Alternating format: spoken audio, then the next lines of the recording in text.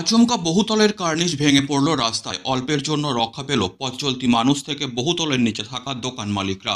জলপাইগুড়ি শহরের সমাজপাড়া মোড়ের ঘটনা। এই বহুতলটিকে অনেক আগেই বিপজ্জনক ঘোষণা করেছিল পুরসভা। তারপরেও বহুতলের মালিক কথা শুনছেন না বলে অভিযোগ। বহুতলের মালিকের বিরুদ্ধে আইনি ব্যবস্থা নেওয়ার চিন্তাভাবনা পুরসভার। পুলিশের পক্ষ থেকে বহুতলটিকে ব্যারিকেড দিয়ে ঘিরে দেওয়া হয়েছে। জলপাইগুড়ি শহরের ব্যস্ততম এলাকা সমাজপাড়া মোড়, আর সেখানেই অবস্থিত জলপাইগুড়ি শহরের প্রাচীনতম বহুতল মুক্তা ভবন।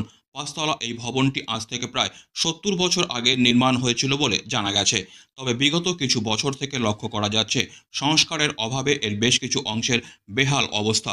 জলপাইগুড়ি পুরসভা একাধিকবার এই ভবনটিকে বিপজ্জনক ঘোষণা করে ভবনের মালিককে ভবনটিকে ভেঙে ফেলতে বলেছে।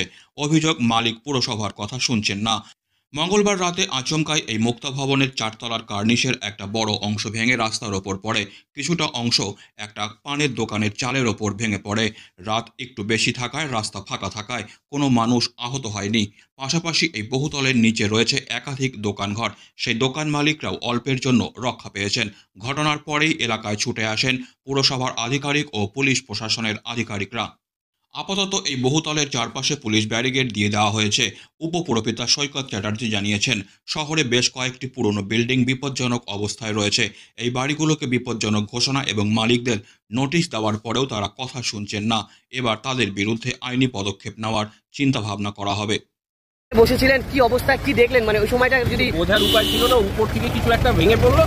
এই ফিলিংটা যখন হলো তখন দৌড়ে ওখান থেকে বেরিয়েছি। আপনারা ওখানে বসেছিলেন? ওই ইয়েটার সাইনবোর্ডটার নিচে বসা ছিল। কতজন ছিলেন?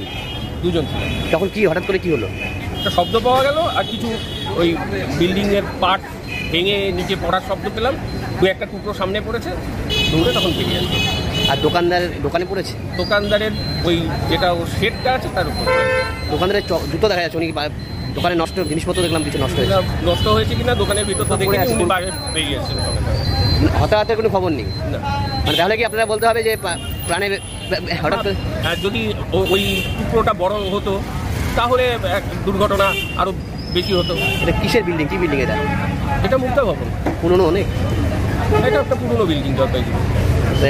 কি মনে হয় এই বিল্ডিংটা ইমিডিয়েট আপনাদের কি মনে হয় নাগরিক হিসেবে কি বলবেন? এইভাবে ভেঙে পড়ছে জরাজীর্ণ বিল্ডিং, এইটা প্রশাসন আর বিল্ডিং এর যে মালিক তার দায়িত্ব এটা মেনটেন করার। তা না হলে বড় দুর্ঘটনা ঘটতে পারে নাকি? যে কোনো সময় হতে পারে।